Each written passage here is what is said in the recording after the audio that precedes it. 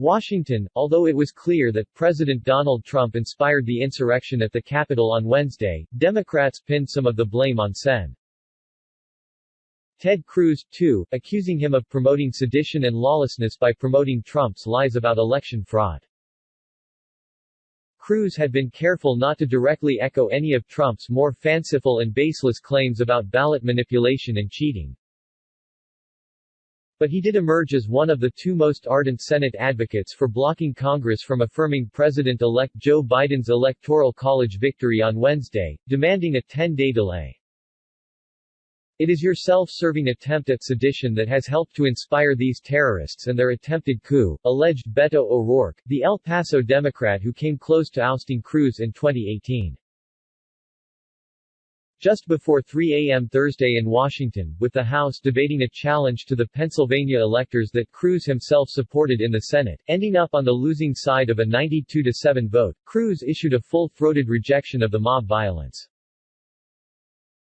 The attack at the Capitol was a despicable act of terrorism and a shocking assault on our democratic system, he said, in a written statement that repeated sentiments expressed earlier, calling for prosecution for acts of violence, lauding Capitol Police for restoring order, and defending his demand for an inquiry into alleged irregularities before Biden's victory is affirmed.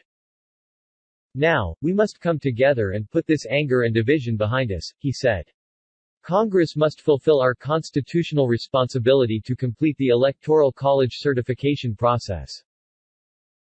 We must, and I am confident we will, have a peaceful and orderly transition of power, pursuant to the Constitution.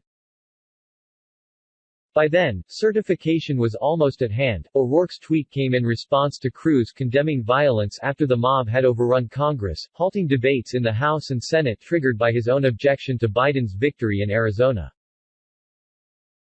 4 hours after the vandalism began, and with lawmakers still hunkered down for security, Cruz ignored questions about whether the violence prompted him to reconsider his objections and tactics. Aides offered no insight into how he would proceed when the Senate and House resumed deliberations Wednesday night.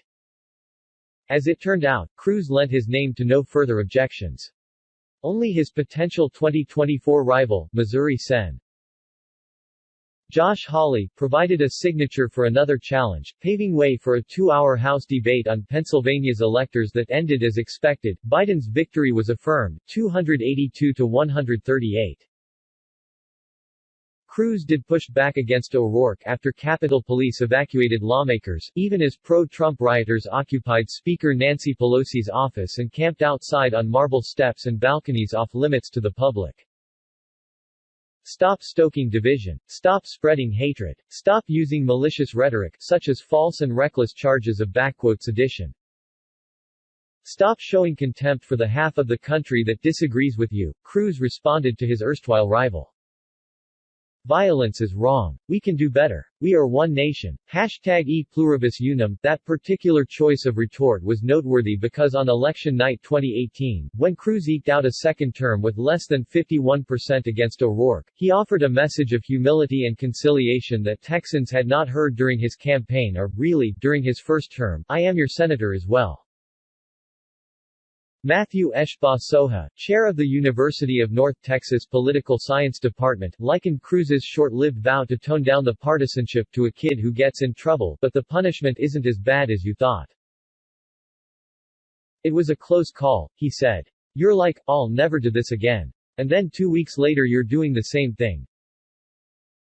Cruz led a group of 11 senators demanding an emergency investigation, though in 2 months since Election Day no evidence of widespread fraud has surfaced.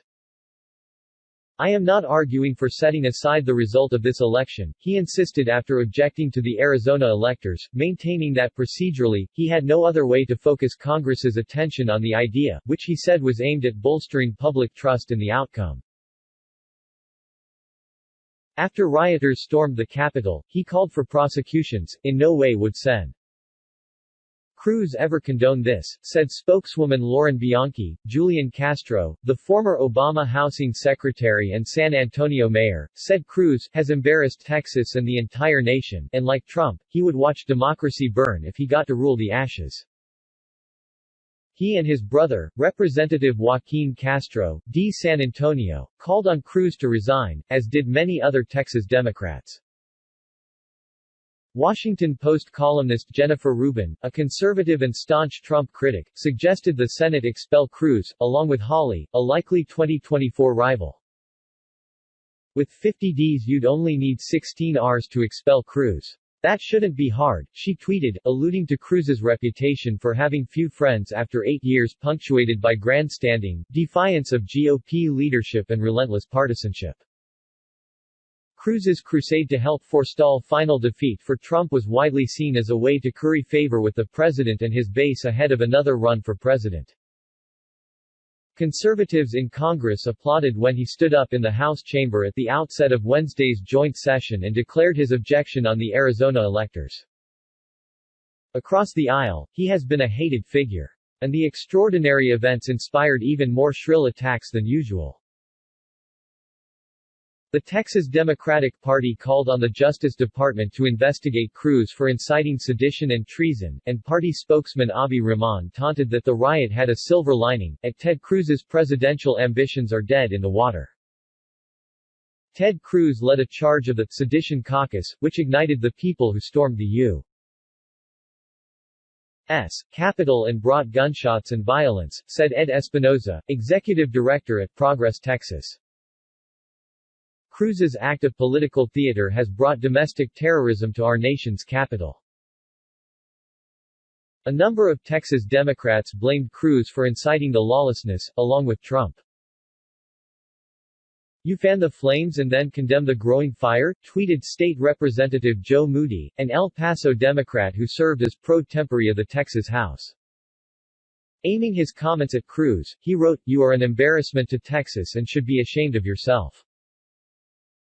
State Representative James Tallarico, D. Round Rock, went further, tweeting at Cruz, "You sacrificed your country for your ambition.